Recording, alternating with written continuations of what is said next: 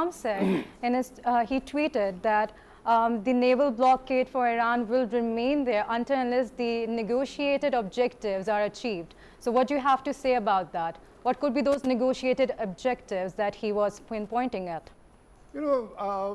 This was, I've been saying this all along that, Trump, this was very unpopular war for Trump. Recently, the former US Secretary of State, John Kerry, said that the Israelis, they have been pushing the successive US administration to go to war against Iran. They tried to sell this war to Obama administration, they tried to sell this war to Bush administration, they tried to sell this war even to Biden administration.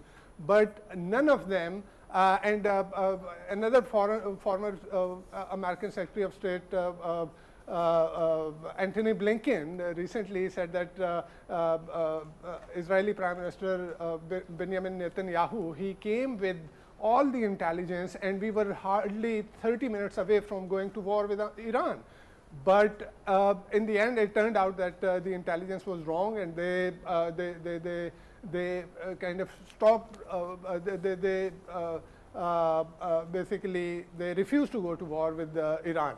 But this time around, perhaps President Trump, he was emboldened by whatever he did in Venezuela, where he had a easy victory over there.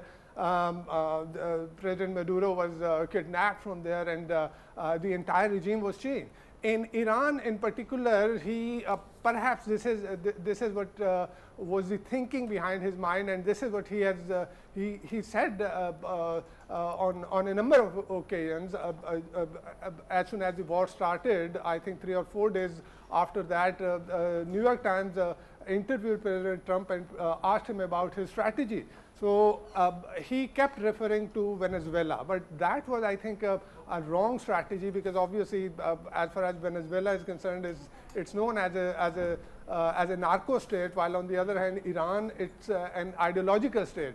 So believing that it will crumble, I think it was a wrong strategy. So in the end, what happened that politically, diplomatically, and I would say even militarily, that President Trump kind of got bogged down in this war, and Pakistan played a huge role. I think President Trump should be thankful to Pakistan, because as they are saying that President Trump came to this war without any clear exit strategy. He didn't have any exit strategy, and the ceasefire that Pakistan brokered between Iran and the United States, that provided an exit for the United States.